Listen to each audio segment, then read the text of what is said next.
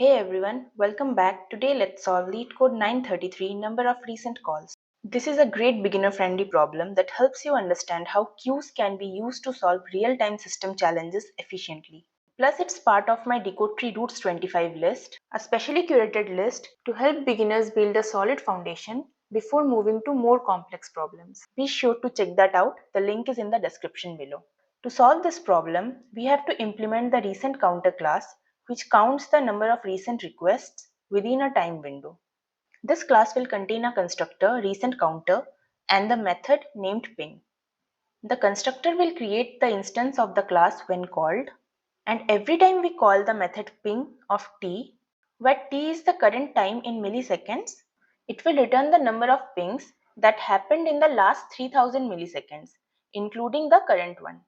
In other words, we just want to return the number of calls with timestamps in the inclusive range of t minus 3000 to t, both inclusive. Now let's look at this example where we have a call to the constructor for creating the object of the class, and then we have 3 ping requests.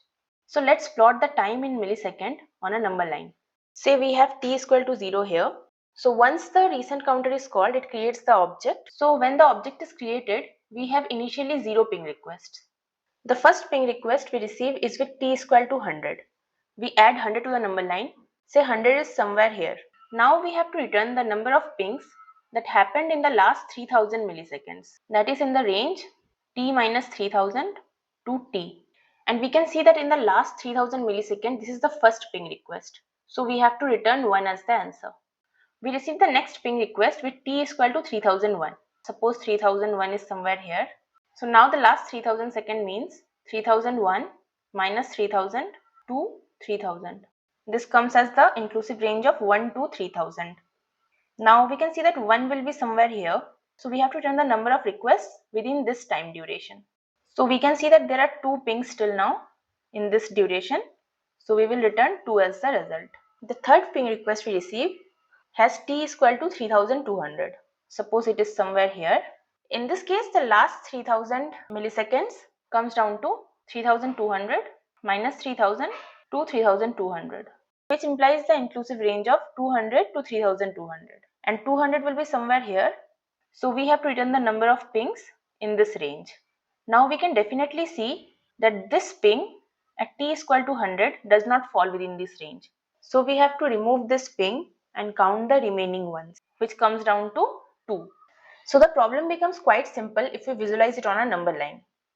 And we just need to track the number of pings in that 3000 millisecond window every time we get a new ping.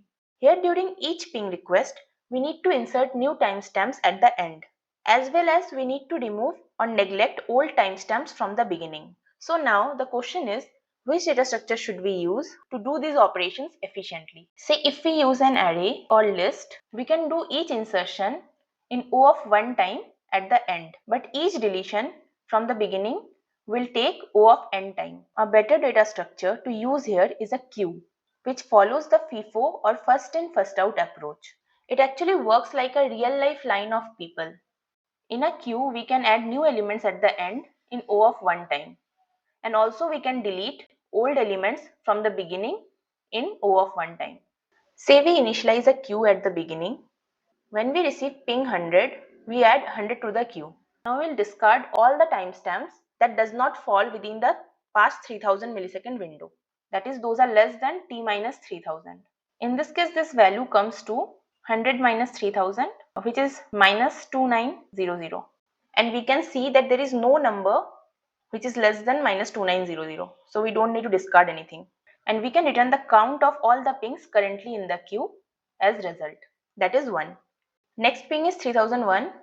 So we will add 3001 to the queue and then discard anything that is less than t minus 3000. In this case, this value comes to 3001 minus 3000, that is 1. And we can see that there are no pings in the queue which are less than 1. So this time also we don't need to discard anything. And we can directly return the number of pings in the queue as result, that is 2.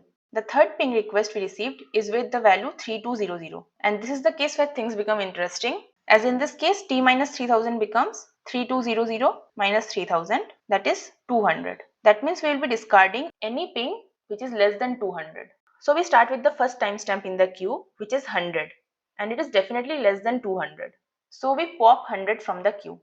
Then we check the next element, but this is greater than 200.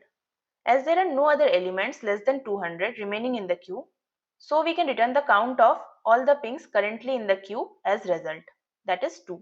So this way we can solve this problem very easily. The question mentions that each new ping uses a strictly increasing t value than the previous call. So in worst case, our queue can contain at most 3000 elements only, as we are discarding anything outside the 3000 millisecond window during each ping. So the space complexity becomes O of 3000, which is technically O of 1. Also for each ping, we may need to remove more than one elements. But overall, each timestamp is added and removed from the queue only once. So for n calls to ping, the total work is O of n. So this implies on average, the time complexity of each ping operation is amortized O of 1, which is both fast and efficient. Now let's dive into the code. So in the constructor, we will first create our queue data structure. For this, we will be using a deque from the collections module in Python. So self.recentCounter equals to collections.deque. Now we'll come to our ping operation. Whenever we receive a ping, we will first append it to the recent counter. That is self.recentCounter.append t. Now we will keep discarding elements from the beginning of the queue if they fall outside the 3000 millisecond window. For this, we will be using a while loop, which will check if the first element of our recent counter is less than t minus 3000. That is, it falls outside the 3000 millisecond window. In this case, we will simply pop the element from the beginning of the queue. That is self.recentCounter.popLeft. This popLeft function deletes the first element from the deque in O of 1 time. Now finally, we will return the length of the recent counter as result. So this was all we need to do to solve this question. Now let's run this and check if it works. We can see that this works fine and is quite efficient both in terms of time as well as space complexity. If you found this helpful, do hit that like button and subscribe to DKodeTree. This supports the channel a lot. Thanks for watching. See you in the next video.